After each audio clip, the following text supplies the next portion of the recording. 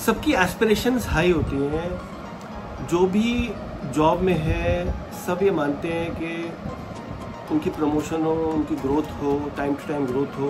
कुछ लोग same organisation में ग्रो करते हैं, कुछ लोग जॉब चेंज करते हैं तो उनको ग्रोथ मिलती है।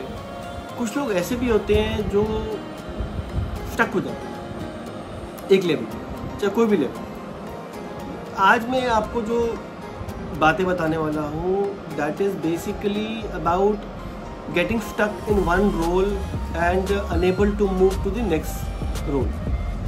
चाहे वो सेम ऑर्गेनाइजेशन है, चाहे वो आप जॉब चेंज करने वाले हैं। तो व्हाट स्टॉप्स यू, आपको क्या चीज़ रोकती है नेक्स्ट लेवल पे जाने के लिए? देखिए, मैंने देखा है जो स्टार्टिंग लेवल्स होते हैं, जैसे जब when you join a company, you know, as a fresher you are at the base level, you know, which is executive level. फिर आप सीनियर एग्जीक्यूटिव बनते हैं। उसके बाद आप कुछ ऑर्गेनाइजेशन आजकल डिप्टी मैनेजर का रोल दे रही है, that is equivalent to assistant manager. Then you become manager, then you become senior manager, and then you become EVP, VP and so on, right? So because क्या होता है कि organisations में भीड़ इतनी ज़्यादा है, रोल्स कम हैं, तो हायरार्की लेवल ऑर्गेनाइजेशन उस हिसाब से बनाते हैं। Like you know,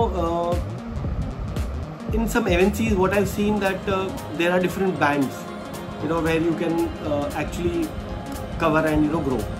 So for example, in some MNCs, you know, there's an EVP role, उसमें भी 4 बैंड है, EVP 1, EVP 2, 3 and 4, right? So when you become EVP 4, you know, you jump on to next level which is EVP 3.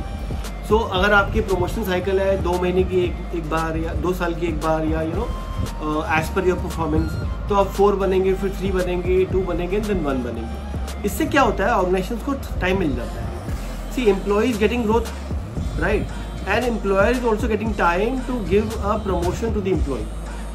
सो मेरे को तो समझ नहीं आती है, ठीक है, कि एक ही सेम लेवल पे डिफरेंट बैंड्स बना दिए आपने। Ideally speaking, if you are an EVP then you should immediately jump on to the EVP। But अगर ऐसा होता है तो there will be lot of VPs, you know, in the organisation. So जब आप एक रोल पे स्टक हो जाते हैं तो क्या होता है, you know, what stops you, आपको क्या चीज़ रोकती है नेक्स्ट लेवल पे जाने के लिए? सो मैं आपको, you can see this slide here, I explained it in a very simple way. First is the comfort zone. कुछ एम्प्लॉयज़ होते हैं जो कंफर्ट जोन में आ गए हैं, उनको लगता है कि यार जो भी है यही ठीक है, मैं कंफर्टेबल हूँ यहाँ पे जॉब करने में, सब लोग मुझे जानते हैं, काम में सीख गया हूँ, कोई इशू नहीं है, यू नो, तो मैं बड़े कंफर्ट जोन में हूँ। तो वो थोड़ा सा जॉब चेंज करने में या यू नो नेक्स्ट लेवल पे जाने में थोड़ा कतराता है, घबराता है, क्योंकि वो कंफर्ट जोन से बाहर निकलना ही नहीं चाहता, वो उसी को ज़िंदगी मान लेता है। एंड कुछ लोग माइंड यू रिटायर हो जाते हैं उस कंफर्ट जोन से, राइट? मतलब वो कहते हैं कि अगर मैं एक लेवल पे हूँ और अपने कंफर्ट जोन में हूँ तो मैं रिटायर हो जाऊँगा यहाँ से, ठीक है, बिकॉज मैं सामने वाले को फेस नहीं कर सकता, राइट? सो कंफर्ट जोन से बाहर निकलना बहुत ज़रूरी है। ओके, सेकंड आता है लैक ऑफ सेल्फ कॉन्फिडेंस। अब लैक ऑफ सेल्फ कॉन्फिडेंस मैं क्यों बोल रहा हूँ, because you know this comes when you know the work, right? अगर आप एम है किसी ऑर्गेनाइजेशन में और आप मैनेजर बनना चाहते हैं, सो आपको पता है कि मैनेजर का रोल क्या है, मैनेजर क्या करता है, बट आपके अंदर सेल्फ कॉन्फिडेंस की कमी है बहुत ज़्यादा। आप मैनेजमेंट को प्रेजेंट नहीं कर पाते हो कि मैं भी लायबल हूँ, मैं भी एलिजिबल हूँ मैनेजर बनने में, ठीक है। Same case goes when you go out for an interview for a new job, आपके अंदर सेल्फ कॉन्फिडेंस की कमी होती है, तब आप इंटरव्यू नहीं देना चाहते हो, बिकॉज आपको लगता है कि मैं इंटरव्यू क्रैक ही नहीं कर पाऊँगा, ठीक है। तो आप सोचते हो कि मैं शायद नहीं कर पाऊँगा क्रैक, तो मैं नेक्स्ट लेवल या नेक्स्ट जॉब के लिए जाता ही नहीं। So that is very wrong, you know. आपको अपने अंदर सेल्फ कॉन्फिडेंस कूट के भरना होगा ताकि आप सेम ऑर्गेनाइजेशन में चाहे या फिर नए ऑर्गेनाइजेशन में ग्रो कर पाए, ठीक है। थर्ड पॉइंट है फियर ऑफ फेलियर। जैसा कि मैंने बताया कि यू नो जब आपके अंदर सेल्फ कॉन्फिडेंस की कमी होती है तो then you have a fear of failure कि अगर मैंने इंटरव्यू दिया तो मुझे फेल होना ही है, मैं पास नहीं कर पाऊँ इंटरव्यू, ठीक है। तो आपके अंदर एक डर होता है, तो वो डर को आपको निकालना है।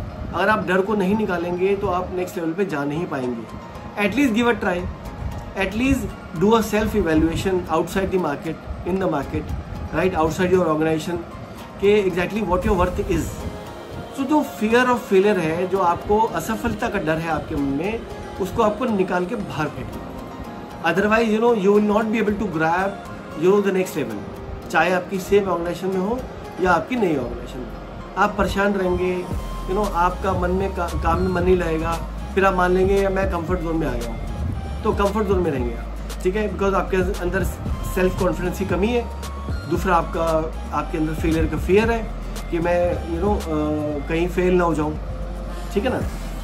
चौथा मुख्य कारण होता है सेल्फिश मैनेजर। ये बड़ा इंटरेस्टिंग रीज़न है।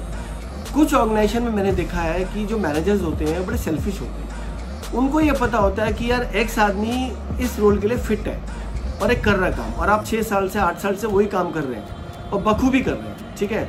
आपको रेटिंग भी अच्छी देता है, वो 2 देता है, 1 देता है, बट आपको प्रमोशन नहीं देता है। उसका रीज़न क्या है कि वो सेल्फिश होता है। उसको पता है अगर ये गया मेरे डिपार्टमेंट से तो इस रोल को कौन संभालेगा। So that is the selfish manager. आपको वो एक जिंक्स तोड़ना है कि अगर मैनेजर सेल्फिश है, यू ऑल्सो बिकम सेल्फिश। भाई आप सिर्फ इस वजह से कि मैनेजर नाराज़ हो जाएगा, वो सोचेगा कि यार नहीं एक्स काम के लिए ये बंदा फिट है, ठीक है फिट है, बट यार एटलीस्ट आप दूसरों को हेल्प तो करो ग्रो करने के लिए। आप सेल्फिश क्यों हो रहे हो? अगर आपका मैनेजर सेल्फिश हो रहा है, you also become selfish and try out. अगर आपको अच्छी जॉब मिलती है बाहर, आपके अंदर सेल्फ कॉन्फिडेंस है, आपके अंदर फेलियर का फियर नहीं है, यू नो द वर्क, आप 100% देते हो अपना, आपका रिजल्ट भी पॉजिटिव आता है, तो फिर किस बात का डर है? तो आप भी सेल्फिश बनिए और अपने लिए जॉब बाहर तलाशिए या नेक्स्ट लेवल के लिए जाइए, या मैनेजर से बोलिए सर मेरे को बहुत टाइम हो गया काम करते करते, now I want to do a cross functional role, ठीक है, सेम वर्टिकल, ओके। या फिर सबसे बड़ा इंपॉर्टेंट इशू क्या है कि आपका परफॉर्मेंस इशू है। आप जैसे तैसे घिस पीट के उस रोल को जस्टिफाई कर रहे हो, आपकी रेटिंग 3 आ रही है ईयर ऑन ईयर, मैनेजर भी सोचता है कि यार ठीक है काम तो चल रहा है, काम तो कर रहा है, तो रहने दो उसको, ठीक है, बिकॉज आपका परफॉर्मेंस इश्यूज है।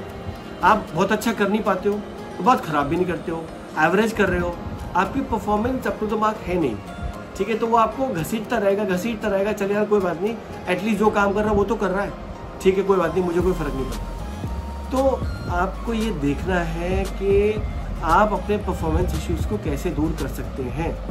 अगर आप कंफर्ट जोन में हैं तो शायद आपके परफॉर्मेंस इश्यूज़ हो सकते हैं। अगर आपके अंदर सेल्फ कॉन्फिडेंस की कमी है तो भी आपके परफॉर्मेंस इश्यूज़ हो सकते हैं, ठीक है। तो ये सब चीज़ों को आपको देखना है, इवैल्यूएट करना है अपने आप को। I am telling you, I am guaranteeing you, if you overcome all these factors, nobody can stop you getting a promotion. Nobody can stop you getting a good job outside in the market. I'm telling you. ठीक है? Please do a self evaluation and see where are you standing currently. देखिए सब चाहते हैं कि वो next level promotion करें। आप अगर एक ही रोल पे स्टक हैं तो प्लीज़ आप ये देखिए कि आपके अंदर कमी क्या है।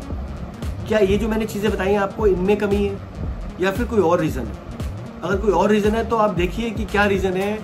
Please discuss that reason with your boss, with your colleague, with your parents, with your friends कि ये चीज़ है जिससे मुझे प्रमोशन नहीं मिल रही है, नेक्स्ट लेवल नहीं मिल रहा। Okay friends, I thought I should share these things with you. These are very important for a person who is stuck in one role. Okay, please watch my video carefully. अगर आपको लगता है कि आपको मेरी कोई सजेशन चाहिए, please write in the comment section. I will try to give you a correct answer basis my experience. Okay, thank you very much for watching me, listening to me. Take care. Bye bye.